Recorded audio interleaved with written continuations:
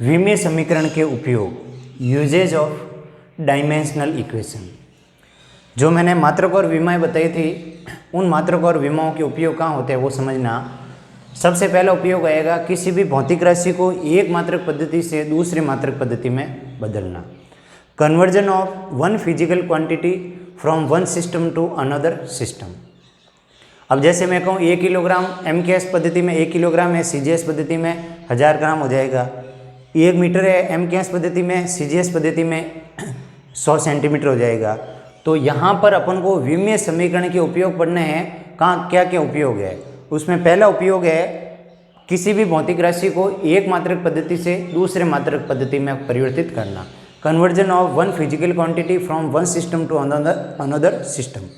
देखना उसके लिए एक सूत्र है, समझना। N1U1 बराबर N2U2। N1 है यहाँ पर आंकिक मान,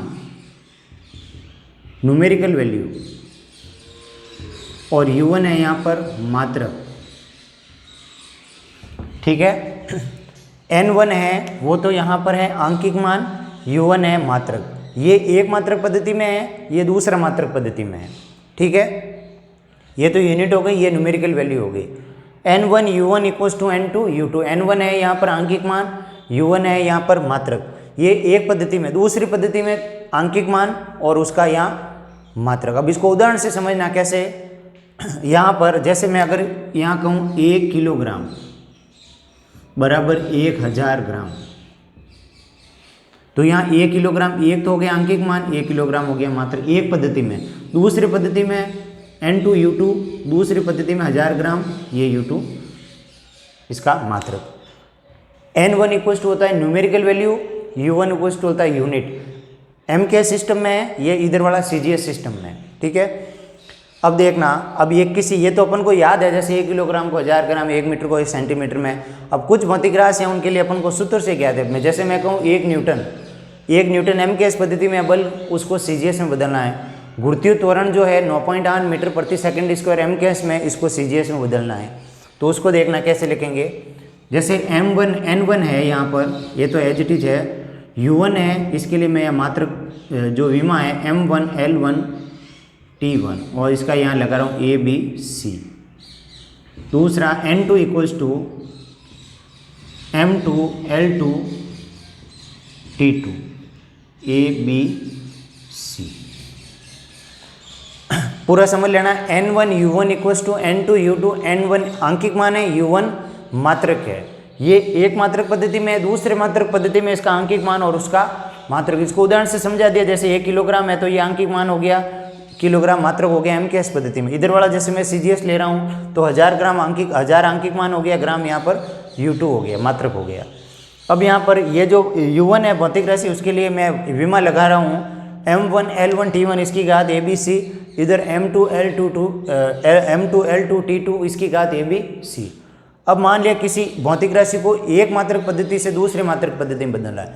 मैं इधर वाला जो सिस्टम है ये मैं मान रहा हूँ यहाँ MKS है, और इधर वाला जो है ये है CGS।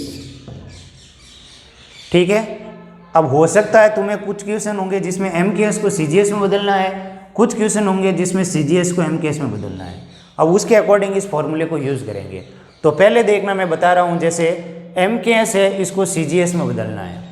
ठीक है, तो इसको उदाहरण से समझना। जैसे पहले इसका सूत्र बता देता हूँ पूरा।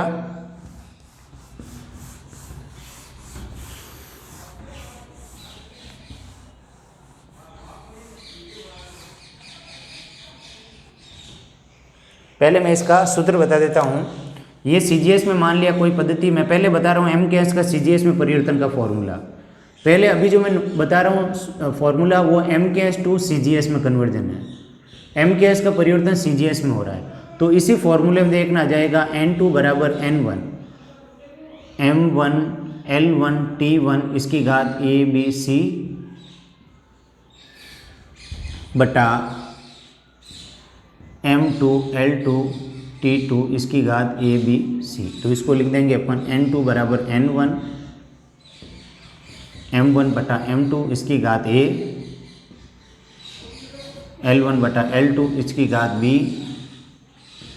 T1 बटा T2 इसकी घात C। N2 बराबर N1, M1 बटा M2 इसकी घात A, L1 बटा L2 इसकी घात B, T1 बटा T2 इसकी घात, ये अपना फॉर्मूला बन गया। किसके लिए? जब एम के एस का परिवर्तन किस में हो रहा हो? CGS में हो रहा हो। एम के एस का मतलब किलोग्राम और एम के एस का मतलब द्रव्यमान होना चाहिए किलोग्राम में मीटर सेकेंड। एम के एस का मतलब क्या होता है? Kilogram metre second. CGS का मतलब सेंटीमीटर ग्राम सेकेंड। ठीक है, अभी ये जो फॉर्मूला है ये है एम के एस का CGS में जब परिवर्तन हो रहा हो। अब इसको उदाहरण से समझना। मैं अगर तुम्हें कहूँ 1 न्यूटन बल है, इसको CGS पद्धति में ज्ञात कीजिए। पहले फॉर्मूला नोट कर लेना, फिर इसका न्यूमेरिकल समझा रहा हूँ मैं। क्वेश्चन है 1 न्यूटन बल है,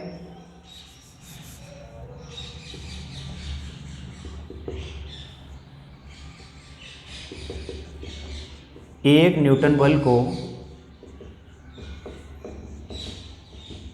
CGS में परिवर्तित कीजिए।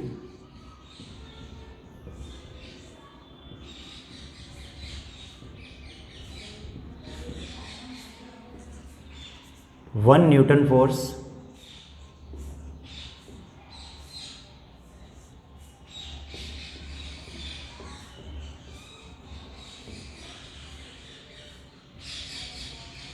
converting CGS system.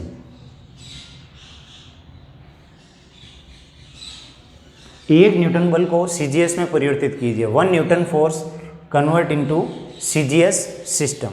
अब देखना, N1 की वैल्यू 1 न्यूटन है, मैंने पहले भी बताया N1 U1 में। N1 की वैल्यू यहाँ 1 न्यूटन है, तो बराबर N1 की जगह मैं लिख दूंगा 1। अब देखो, द्रव्यमान 1 किलोग्राम बटा 1 ग्राम इसकी घात 1, दूसरा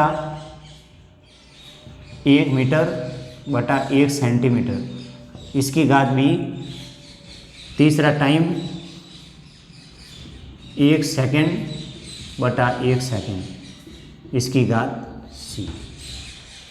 1 किलोग्राम बटा 1 ग्राम, 1 मीटर बटा 1 सेंटीमीटर, 1 सेकेंड बटा 1 सेकेंड। अब देखना, बल की विमा क्या होती है? डायमेंशन।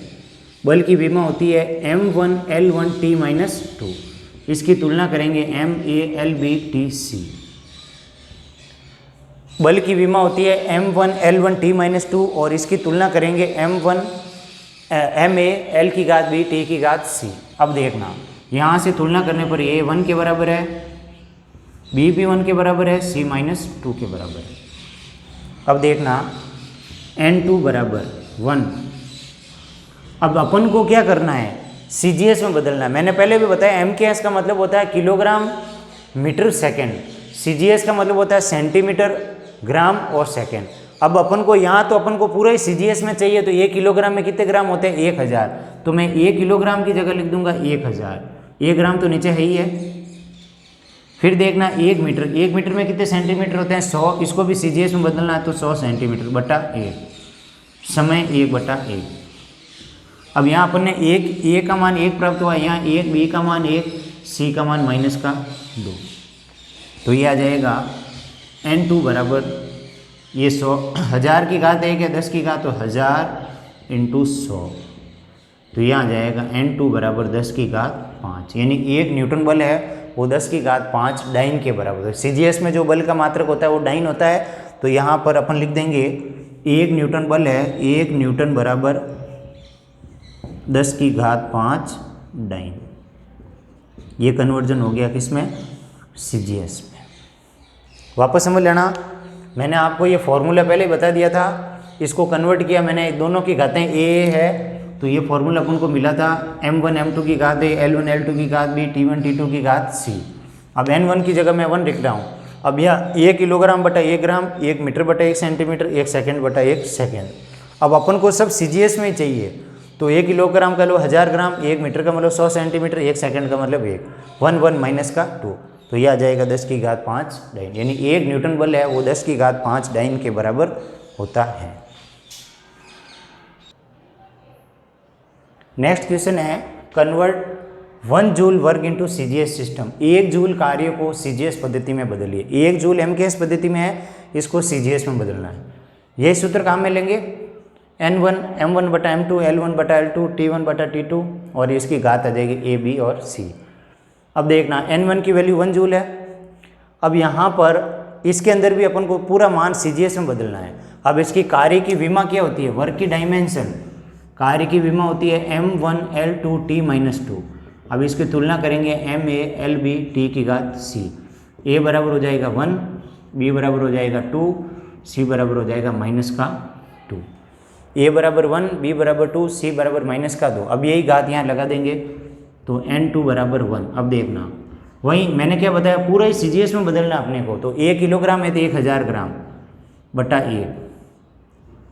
1 मीटर है 100 सेंटीमीटर बटा 1 सेकेंड है तो 1/1। अब देखना A की घात 1 है तो यहाँ 1, इसकी घात 2 है 2, इसकी घात -2।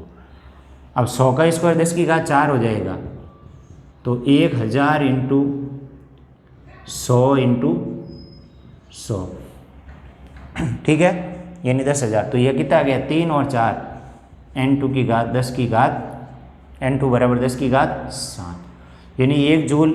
CGS में इसका मान अर्ग होता है तो मैं यहाँ लिख दूंगा 1 जूल बराबर 10 की घात 7 अर्ग। 1 जूल इक्वल्स टू 10⁻7 अर्ग। ये आ गया इसका मान। कोई भी हो, तुम्हें हम भी क्या इसका CGS पद्धति में देखो, यहाँ तक तो ये वाला फॉर्मूला यहाँ तक तो सेम ही रहेगा, केवल यहाँ पावर चेंज करनी है। 1 किलोग्राम, ग्राम, 1 मीटर, सेंटीमीटर, 1 सेकंड, ये तो फिक्स है। अब सिर्फ यहाँ पर ये जो विमा लगनी है, विमा के अकॉर्डिंग अगर मैं 2 जूल का कहते हैं 2 आ जाता, 5 जूल का कहते तो 5 आ जाता। इस तरह खूब सारे क्वेश्चन है। अगर यहाँ घुड़ते तोरण का कहूँ तो 9.8 आएगा, यहाँ तोरण की विमा लगेगी, ठीक है। इस तरह के खूब सारे क्वेश्चन हैं। अब इसका अगला टाइप बताऊँगा मैं, CGS का MKS में परिवर्तन कैसे करेंगे, तो नोट कर लेना एक बार।